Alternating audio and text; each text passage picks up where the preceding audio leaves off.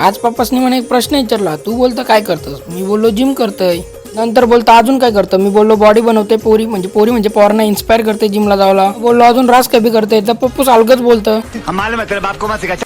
सकाळूच अंडी बनवली, इकडं पव पण बनवलेलं मम्मीसनी. अंडा पव खालं. मग नंतर तसाच गेलो कुंडवालकर हिमाताईंचे घरा, कारण की हिमाताई बोलतो नवीन लोणचा बनवलाय मम्मीसला नाही टेस्ट करायला. गेलो लोणचा घेतला. नंतर तसाच गेलो पार्सल आणायला, कारण की राणी दिदीसनी पार्सल दिलता. ऋषीचा काहीतरी पार्सल होता तो. तर बहिणीस इथं कुत्र्याने तिचा पोरे आहे तो बॉबीला जेवण भरत होती. नंतर गेलो न्यू पनवेलला बांटिया कॉलेजला. काही 23-24 वर्षाचा आहे ना, माझ्यासोबत फॉर्म भरलाय 12वीला. मी पुन्हा नापास झालो. तो 2-4 वर्षाची गॅप घेणं परत 12वीला बस सिंगल करते जायला नापास नाही होता. नंतर आतमध्ये गेलो तर इकडे पोरी नाचत होती.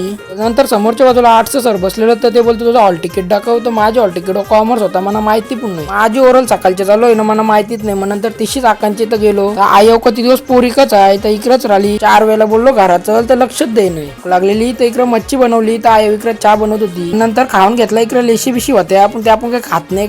येऊन परत रोल बनवला ना खाला, कारण की जिमला जायचा होता. नंतर पप्पानी सांगलेला मालिश कर, मग आता करायला लागण. मालिश करून झाली ना, साईबाबाचे मंदिर अशी डायरेक्ट गेलो गावात जिमला. पोहोचलो तर जिम मध्ये कोण नव्हता. वर्कआउट केला 2-3 वर्ष झालं. ऍप्स मारू करून आपलं कवा तरी राहता. आज बोललो काही पण होते ऍप्स मारूनच जाऊ. त्या ऍप्स पण आपला एक मसल आहे, जसा बायसेप मारतो तसं. आता बोललो हप्त्यांशी 2दा तरी ऍप्स मारू. घरा जाऊन पनीर पास्ता अंडा भाकर खाली. तर चला भेटू उद्याच्या नवीन ब्लॉग मध्ये.